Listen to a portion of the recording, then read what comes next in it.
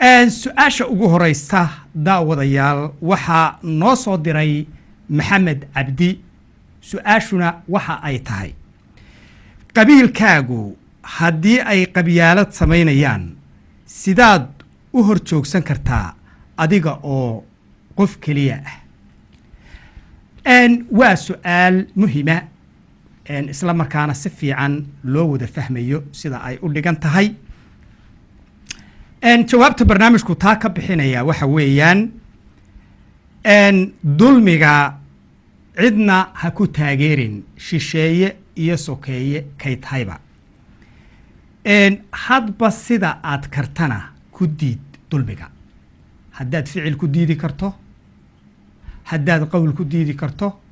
iyo haddaad caloosha ka diidi kartaba ta labaad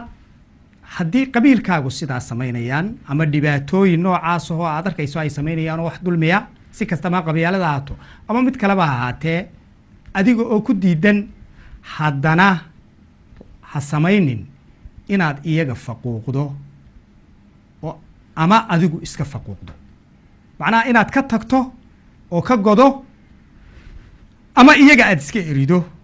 oo aanad macnaha xidhiidhkiina oo dhami oo go'o waayo taas khasaarun baa ku jira ee wax faa'iidaa oo ay soo kordhinaysaa ma jirto waxaa ka habboon adiga oo xidhiidhkooda haya la xidhiidha la noolaada ku dhex jira waayo qofkan dulmiga samaynaya waa bukaan waxa uu u baahan yahay dhakhtar dabiiba marka adigoo dhakhtarkiisiiya oo kii dabiibayay ah haddii aad ka tagto waxba ma tarin laakiin ta muhiimaddii waxa weeyaan inaad ag joogto had iyo jeer talada wanaagsan iyo rayiga wanaagsan aad ku daaweyso dulmiga ka qabato u sharaxdo adiga oo si qabow iyo si xigmad leh oo wanaagsan oo hiil aad u hiilinaysaa ay ka muuqato aad ula dhaqanto si uu ugu duxo hadalkaagu oo dabeetana aad uga daweyso cudurka haya ee ku kalifaya inuu dulmi sameeyo qofka kula qabiilka ama qabiilkaaguba haddaan u gudubno su-aasha labaad waxaa noo soo dirtay khatra yuusuf cabdi waxay tidhi reerkaagu hadday khaldan yihiin haddaad ka hor timaaddo sidaad u helaysaa cid kuu hiilisa ama magta kula bixisa waa su-aal aad iyo aad u muhiima jawaabta barnaamijku taa ka bixinaya waxa weeyaan iyagoo daawadayaashuna haddii ay jawaab ka wanaagsan ta barnaamijku bixinayo ay hayaan ay iyaguna soo gudbin karaan oo aanu ku soo dhaweynayno waxa weeyaan jawaabta barnaamijku bixinayaa horta wax kasta oo saxa ku taageer qabiilkaaga iyo bulshadaba wax kasta oo dulmiyana ka diid qabiilkaaga qoyskaaga iyo bini aadamkaba ta ah xaggaan ka helayaa hiil yaa ii hiilinaya ama ah yaa iga bixinaya magta oo kale oo ila bixinaya jawaabteed waxa weeyaan haddii magta lagaa bixinayo ama hiilka xaqee lagu hiilinaya ay ku xidhan tahay in dulmi la sameeyo ama adigoo aad dulmi samayso oo difkaaga iyo aakhiradaadaba ku ciyaarto waxaa kaaga fiican taa adigoo ilaahay ka wakiisha oo isku halleeya allaha ku abuuray inuu wax kasta kaaga hiiliyo waayo isaga ayaa kana qanisan kana awood badan ta labaad waxaa kugu dhici karta in lagu itixaamo oo marka aad arrimaha noocaasa ka hor timaado ee aad diiddo dulmiga in imtixaan kugu dhaco oo arrimaha aad sheegaysa laftigooda intay kugu dhacaan aad awoodi weydo samir waan ku odhan lahaa waayo ma waayi doontid cid ama dee alle ayaa ku hiilin doona oo kuma dayacayo haddii aad diiddo dulmiga inaad ugu qoolnaato in ama lagu hiiliyo ama mag iyo wax la mid ah lagaaga baxo u fiirso oo weliba xusuuso inta reerkaaga aad u tirsan tahay waa in kooban وأنت أد حوق لا هاي أما أرهن لا هاي أما أدون لا هاي صدح ذا مركا أدريك وهي سيكا بهايهين ويكو حرميان oo way ku baahan yihiin oo kaama harayaan oo waxa weeyaan markasta waad u tirsan tahay markay og yihiin arrinkooda la'aantii arrinkaaga la'aantii inaanay waxba u qabsoomahayn markasta waxay noqonayaan dad ku baahan oo ku xidhiidhinaya marka ay og yihiin xooggaaga inay u baahan yihiinna waa la mid oo sidaas la eg ama la mid bay ku xidhiidhinayaan marka ay og yihiin inay adduunkaaga baahan yihiinna waa sidaas la eg laakiin saddexdaa marka ay kaa waayaan tirada kuguma darsanayaan waxaad noqonaysaa maxaa tusaale kugu filan waxa kugu filan waxa aad arkaysaa dad fara badan oo dayacan qaar waalan baad arkaysaa qaar maxaan idhaahdaa masaakiina oo meelaha dowrsanaya aad arkaysaa oo ka dhashay qabaa'il waaweyn oo fara badan oo faan badan oo xoog iyo maxaan tiraba sheegta maalna haya haddana waxaad arkaysaa dadkoodii ay isku abtirsiinta ahaayeen oo dayacan oo meelaha baaba'aya waayo oo aan u tirsanayn oo aan cidina ka shirin macnaa arki maysid shir qabiil qabsaday way yar tahay inta la arkaa oo ay leeyihiin sidee baan wax ugu qabanaa dadka inagu abtirsada ee masaakiinta ah ama maxaan ahaayey ee dayacan ee aan ismaamuli karin sidee baynu wax ugu qabanaa oo wax u qabanaya oo dadkoodii tirinaya oo tirakoobaya oo soo ururinaya oo meelo u samaynaya oo ku hawlan ma arkaysid laakiin waad arkaysaa shirar wax kale loo qabanayo oo aad iyo aad waxyaabo kale loogu hawlan yahay marka waa wax dhici karaa oo waa macquul oo taasaa kuu muujinaysa inta aad u tirsanaan karto qabiilkaagu inay tahay inta ay iyagu kuu baahan yihiin laakiin maalinta ay kaa maarmaan ay ogyihiin inaanay kuu baahnayn oonad xoogna u hayn xoolana u hayn xigmadna u hayn tiradooda kuma jirtid hal mar baad soo gelaysaa waxa aad soo gelaysaa marka lagu dilo tusaale ahaan haddii imika qof waalan ama qof miskiina oo aan reerkiisa u tirsanayn oo meelaha ku dayacnaa haddii qof intuu soo cararo xabad ku dhufto oo uu dhaawacmo waxaa laga yaabaa qabiilkiisa qofkaa inta soo booqataa ee waxu tartaa inay aada u yartahay u kooban tahay laakiin haddii xabaddii lagu dhuftay marka lagu dhuftaba uu u dhinto markiiba waxaad arkaysaa qabiilkii oo isabaabulay oo ordaya oo doonaya inay dagaalamaan oo ay dilaan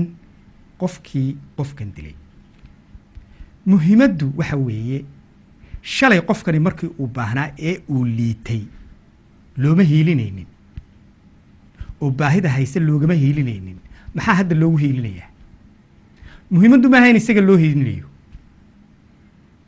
waxa weeyaan waxa ay u hiilinayaan qabiilkani oo ay u dagaalamayaan isaga dhintay ma aha waxa weeyaan waa sharaftooda waxay u arkaan qofka dilay qof iyaga la abtirsiina ama la kooxa waxay doontaa ama la mabda'a in uu sharaftoodii meel kaga dhacay marka dadkani markan ay hiilinayaan ee ay ninkan u dagaalamayaan ama qofkan u dagaalamayaan micnahoodu waxa weeyaan inay sharaftoodii soo ceshanayaan ee maaha inay qofkan u danaynayaan marka taana ku xisaabtan oo markasta ogow oo xusuusta ha ku jirto su-aasha saddexaad qofkii soo diray magaciisa noomu soo sheegin waa ka xunnahay waxa weeyaan qaadhaan aan ogahay in xumaan lagu samaynayo ayaan haddana khasab ku bixiyaa aniga oo ka baqaya in reerku iga eed sheegto maxaa yeelaa waa wax dhacaa waana su-aal aad iyo aada u qiimo badan oo laga yaabo dad badani inay ka faa'iidaystaan jawaabta barnaamijku bixinaya waxa weeyaan sidaynu horeba u soo sheegnay arrin dulmi ah